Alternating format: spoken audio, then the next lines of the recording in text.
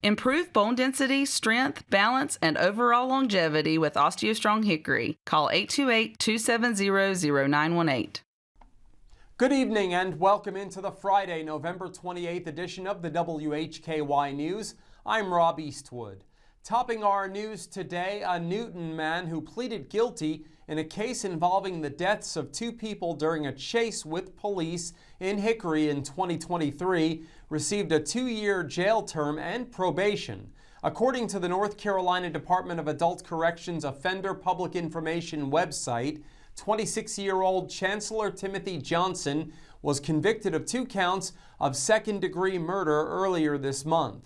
The case involved the deaths of 38-year-old Cynthia Nicole Lale and her son, 12-year-old Michael Lale. Johnson received 2 years in jail, followed by 5 years of supervised probation. If Johnson violates probation, a sentence of 180 to 228 months would be activated. The crash occurred September 8th of 2023 at approximately 11 p.m. On that date, the North Carolina State Highway Patrol responded to the accident scene on U.S. Highway 70 at 13th Street Southwest in Hickory.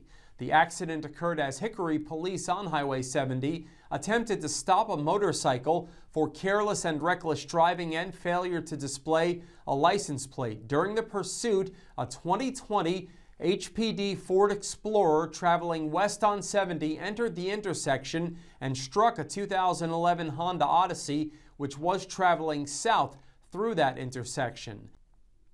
The officer, who was terminated approximately a month after the incident, was not charged. Johnson entered a guilty plea to 2 counts of second-degree murder in Catawba County Superior Court and received the 2 years in jail plus the 60 months probation. He is being held at the Catawba County Detention Facility. The local district attorney's office did not prosecute the case due to a conflict of interest. The Conference of District Attorneys handled the prosecution. A coach has been charged with assaulting a student.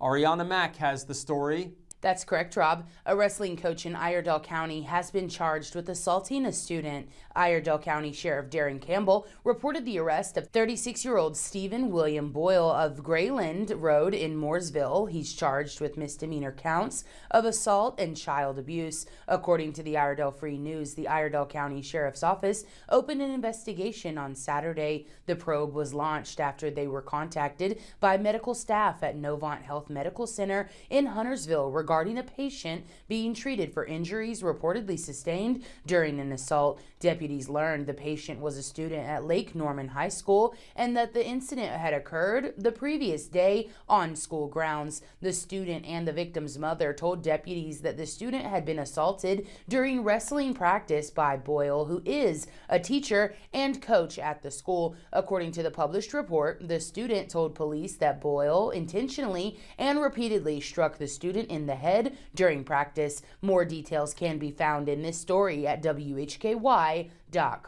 I'm Ariana Mack. Thanks, Ariana.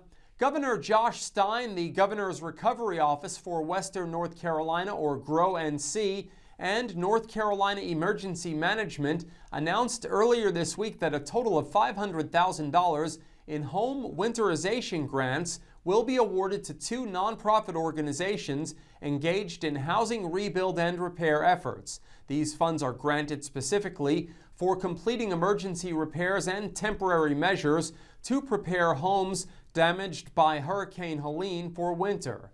The organizations Rebuild Haywood and the Western North Carolina Conference of United Methodist Churches help with projects such as installing insulation, wrapping windows, and repairing roofs on homes damaged by the storm.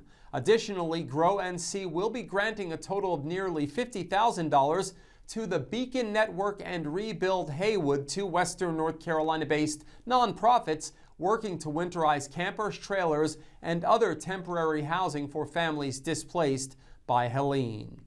An area college has expanded. Caldwell Community College and Technical Institute has officially completed the expansion of the Watauga Occupational Training Facility and recently celebrated the milestone with a ribbon-cutting ceremony and reception on the college's Watauga campus in Boone.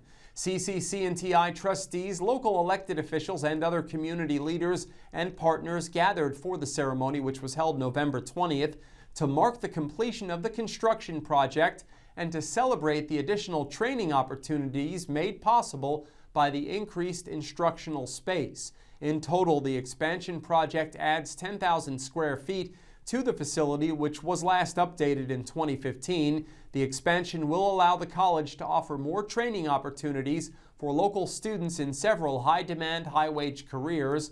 The top floor of the expansion includes 2 state-of-the-art simulation labs for the college's nursing programs. The lower floor of the expansion provides spaces for construction trade programs, including plumbing, HVAC, and residential wiring. In today's crime report, a man initially charged with larceny in connection to an incident at an Alexander County business was later charged with drug and firearm counts. In local sports, Jason Savage has news from Lenore Rhines women's soccer teams continuing their postseason run. In Community Focus, Ariana Mack has a recap of a pre-Thanksgiving event in Lenore in which numerous members of the community donated to those in need. We are on over-the-air TV every weekday at 5:30 and 10 p.m. on channel 14.2, also on the WHKY YouTube channel, and at 10 o'clock each weekday evening on the WHKY Facebook page. We're also in multiple cable systems, including Compass in Morganton. I'm Rob Eastwood, and this is the WHKY News.